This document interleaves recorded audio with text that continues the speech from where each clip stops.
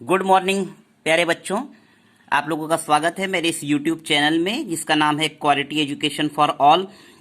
बच्चों, आज की क्लास में मैं आपको बताना चाह रहा हूं कि जब भी आप कभी बैंक जाते हैं तो आपको अगर पैसा निकालना है तो इसके लिए आपको एक पर्ची भरनी पड़ती है ना। एक स्लिप रहती है वहां पे जिसको आपको भरना रहता है और भर कर जब आप उस पर अपनी साइन करके देते हैं तब आपको बैंक के कर्मचारी जो भी रहते हैं वो आपको उतनी अमाउंट निकाल कर देते हैं। दिक्कत इस बात की रहती है कि बहुत सारे लोग ऐसे हैं, बच्चे ही नहीं, आप लोग तो अभी शुरुआत कर रहे हैं, लेकिन बहुत बड़े लोग भी होते हैं जिनको यह जमा पर्ची भरने नहीं आता है कि हम इसको कैसे भरें, सही तरीके से भरें ताकि हमको पैसा आसानी से मिल सके। क्योंकि हम लोगों ने जब भी बैंक का विजिट किया है तो यह पाया है कि बहुत सारे लोग रहते हैं, ग्रामीण क्षेत्र के भी लोग रहते हैं, शहरी क्षेत्र के भी लोग रहते हैं, और वो लोग अपनी पर्ची हमको दे देते हैं, कहते हैं कि प्लीज इसको भर दीजिए। तो आज के इस वीडियो के माध्यम से मैं उन सभी लोगों के लिए का काम आसान करना चाह रहा हूं जिनको बैंक की विड्रॉल पर्ची यानी निकासी पर्ची जिनको भरने नहीं आती है। देखिए यहाँ पे मैंने एग्जाम्पल के रूप में एक पर्ची का नमूना लिया है ना। और लगभग हर बैंक की जमा पर्ची में निकासी पर्ची हो या जमा पर्ची, सब में कुछ ना कुछ वेरिएशन रहता है, कुछ ना कुछ अंतर रहता है, लेकिन लगभग अमूमन सब में इतनी चीजें तो आपको मिलेंगी ही। तो मैं इसमें आपको दिखा रहा हूं कि इसको हमको भरना कैसे है। देखिए एक पर्ची का मैंने नमूना ले रखा है। यहां लिखा है सबसे पहले शाखा या ब्रांच, मतलब आपके बैंक की शाखा जिस स्थान पर है उसका आपको यहाँ नाम लिखना है ना। यहाँ देखिए दोनों चीज आपको लिखी मिलेगी। एक लिखा है शाखा, फिर ऑब्लिक लगा के लिखा है ब्रांच, मतलब जिसको हिंदी भाषा में लिखना हो हिंदी में लिखे, इंग्लिश भाषा में लिखना हो इंग्लिश में लिखे। चूंकि मैं यह वीडियो जनरली सबके लिए बना रहा हूं इसलिए मैं आपको बता रहा हूं कि हिंदी में ही ना। तो मान लीजिए कि मेरी जो शाखा है वो मीरापुर बसही में है, तो मैं यहाँ लिख दूंगा मीरापुर बसही। ठीक है मित्रों, ये मैंने यहां भर दिया मीरापुर बसही। ठीक, फिर लिखा है जनपद, तो जनपद आप जिस जिले के हैं, मान लीजिए यह बैंक आपका आजमगढ़ जिले में है तो आजमगढ़ लिखेंगे, बनारस है तो बनारस लिखेंगे। तो फिलहाल मैं यहां लिख देता हूं वाराणसी। ठीक, मान लीजिए आपकी जो बैंक शाखा है वो वाराणसी में है। उसके बाद यहाँ क्या लिखा है, देखिए ये लिखा है दिनांक, तो जिस डेट में आप पैसा निकालने जा रहे हैं वो डेट लिख दीजिए यहाँ। तो मैं डेट मान लीजिए लिख देता हूं यहाँ पे 20 नवंबर 2020। ठीक है, आसानी से आपने भर लिया, कोई दिक्कत नहीं हुई है ना। इसके बाद देखिए अगली लाइन में क्या लिखा है, यहां लिखा है मुझे, इंग्लिश में लिखा है पे सेल्फ रुपए, ऑब्लिक लगा के लिखा है रुपीज, फिर लिखा है शब्दों में।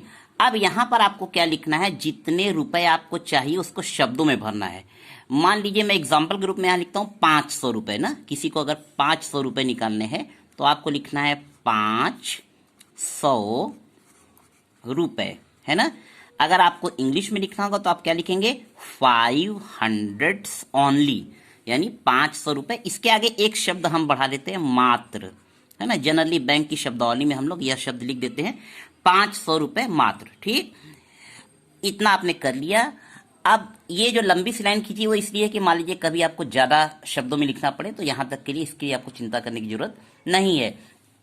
फिर आपको यहाँ पे एक बक्सा मिलेगा, यहाँ लिखा है, ये देखिए ये रुपए का प्रतीक है ना, र लिख के ऐसे अगर कटा हुआ हो तो ये रुपए का प्रतीक है।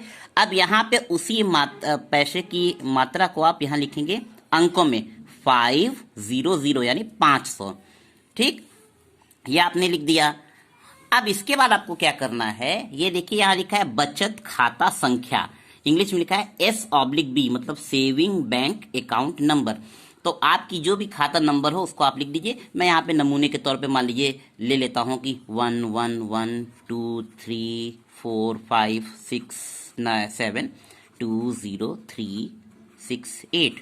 ये मान लीजिए मैंने एक ऐसे ही अकाउंट नंबर ले लिया रैंडमली, कोई भी ऐसे मैंने संख्या भर दी। ठीक, अच्छा अब इसके बाद क्या करना है आपको, यहाँ पे लिखा है नाम, तो यहाँ आप अपना नाम लिख देंगे, आपका जो भी नाम हो। मान लीजिए किसी का नाम है रमेश, तो आप यहाँ पे लिख देंगे नाम अपना रमेश। ठीक, रमेश कुमार नाम है तो आप यहाँ लिख देंगे रमेश कुमार। ठीक है, ये हो गया आसानी से, अब आपको दिक्कत नहीं लग रही होगी। फिर उसके बाद यहाँ क्या लिखा है, नीचे देखिए लिखा है मोबाइल नंबर, तो यहाँ पर आपका जो भी मोबाइल नंबर हो आप लिख सकते हैं, है ना। तो फिलहाल मैं एक ऐसे ही समझ के अपने से एक मोबाइल नंबर लिख देता हूँ। मान लीजिए किसी का नंबर है 1 2 3 4 5 6 7 8 9 और 0। ठीक है, ये मान लीजिए किसी ने अपना मोबाइल नंबर लिख दिया ऐसे, और फिर नीचे क्या लिखा है, हस्ताक्षर। तो यहाँ आप मान लीजिए आपका जो भी साइन हो, अगर आप अंगूठा लगाते होंगे तो अंगूठा लगाएंगे, साइन करना होगा तो साइन करेंगे। तो मान लीजिए मैंने अपना ऐसे साइन बना दिया। ठीक, तो ये देखा आपने, इस तरीके से ये आपकी पर्ची हो गई। और जब आप इस पर्ची को पलटते तो इसके पीछे भी एक जगह रहता है कि कैशियर के सामने आपको साइन करना है, तो आप उस साइन को उसके सामने करेंगे। फिलहाल आपने इसमें पूरी तरह से इस पर्ची को सही तरीके से भर दिया है। इसके बाद आप इस पर्ची को देते हैं और बैंक के कर्मचारी आपको आपकी अमाउंट निकाल कर दे देते हैं। ठीक है मित्रों, तो मुझे विश्वास है आपको अब इस वीडियो को देखने के बाद बैंक से पैसा निकालने के लिए पर्ची जो है उसको भरने में आपको आसानी होगी, है ना। तो आज के वीडियो में इतना ही। अगले वीडियो में फिर से किसी नए टॉपिक के साथ मिलेंगे, तब तक के लिए जय हिंद।